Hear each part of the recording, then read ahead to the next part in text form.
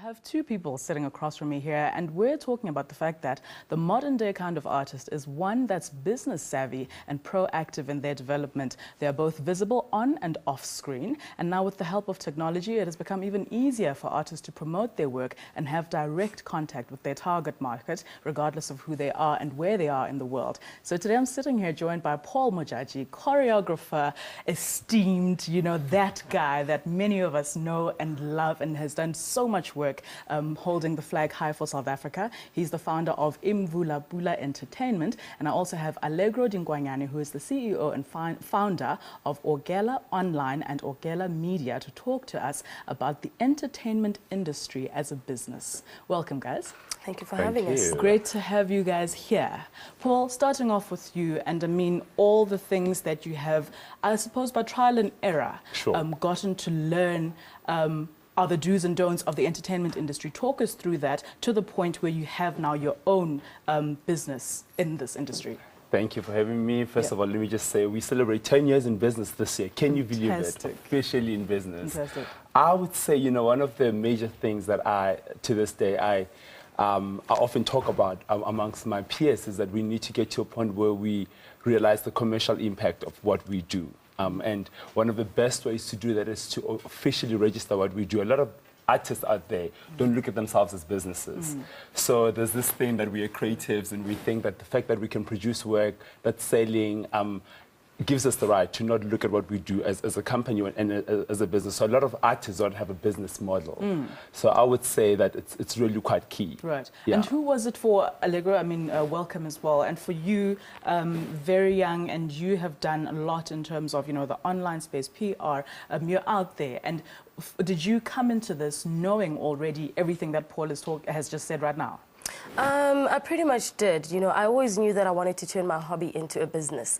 From the get-go, I was in third year, about to graduate at UJ, and I realized that I needed to register my company. I wasn't just going to start a blog and let it live, in cyberspace and then just let it be. I wanted to, have something legit on paper also that I'm going to sell to brands, Right. And that's what I did with all 8 entities of my company. Everything is registered and trademarked. So I took my business very seriously, never mind that it's an entertainment, but I knew that, this is, a company that I'm going to make money off of, so I need to take it seriously, and by initially also investing in it myself before other people can do the same. Fantastic. Geez, you're how old? 26. Wow. Kudos to you. You know what I mean?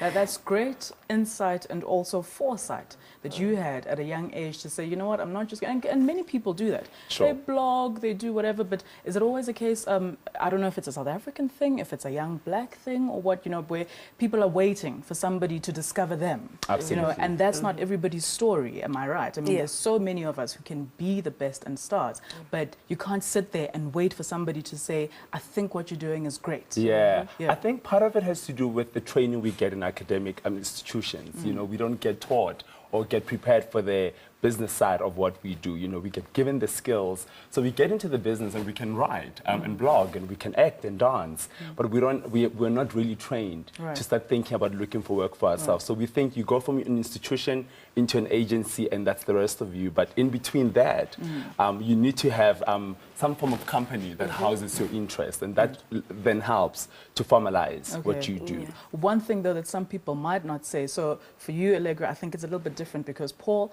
you are, your body is your instrument that you use, that's established you to where you are now. Being now a businessman and on the other side, almost on the other side a little bit to say, but don't you think that sometimes takes away from the creative part of who you are? Because many people struggle with that balance to say, look, I'm a creative, but now I have to sit in meetings and I'm pitching and I'm doing this and concepts, and can I just go out there and live and enjoy my creativity? I think if anything, it empowers you because you get to understand exactly all the facets around your business. And one of the things I often say is that you don't also have to master everything. Allegro has her own company, but she doesn't do her own financing because you've got an accountant that takes care of your finances. In the same way, you've got a PR team that takes care of your PR. But it's really important that people are sort of hands-on with that business.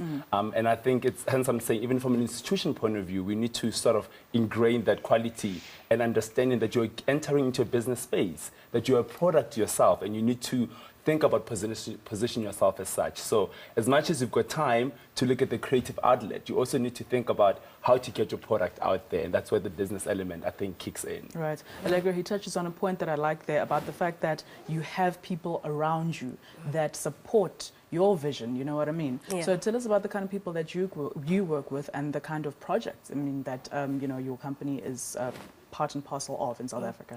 Well, the company turns 5 in October this year. I started in 2011, thank you, when I was 21. Yeah. And I really started with volunteers, freelancers, people who said, we love what you're doing and we just want to offer our services for free.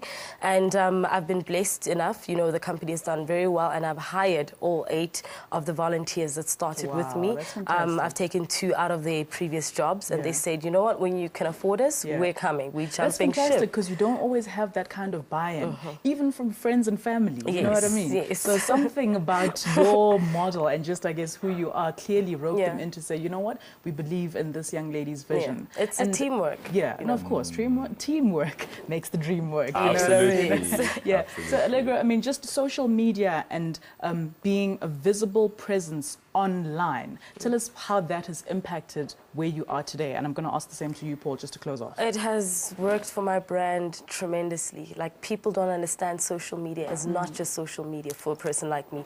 It's not just Twitter. Not I just actually get irritated when people are like, oh, it's just Facebook. Why are you always online? Nope. That's my coins. It's not just Facebook. You know, I went on after my BA journalism degree at the University of Johannesburg to study social media and marketing at the University of Cape Town. And the skills that I learned, how to build a brand, how to bridge, you know, the gap between a consumer and their audience. Excuse me, nobody could have taught me that, you know, just by being on Twitter and things like that. So people don't understand that these apps and are made to sort of strengthen us as publicists and the media industry. You know what I mean? Because the world so we just need to becomes, use them. It's all on your phone, you know? And for Imvula Pula, for you, Paul, just to close up very quickly, what's next? Look, big things. We're going to Africa this year. I think this ties in brilliantly with what Allegra is saying just now. That, you know, right now we have social media at our hands, which allows us to access markets that previously we had struggles with going into. So this year, Imvula is branching into the rest of the continent. We've done tremendously well internationally. And this year, we just want to see what's happening in Nigeria, in Uganda, in Kenya. Because the world is really our oyster. It is, it is. Congratulations to the both of you, young, black, doing, you know, South Africa, your families, yourselves proud. And we can only watch your stars rise. Thank you so much.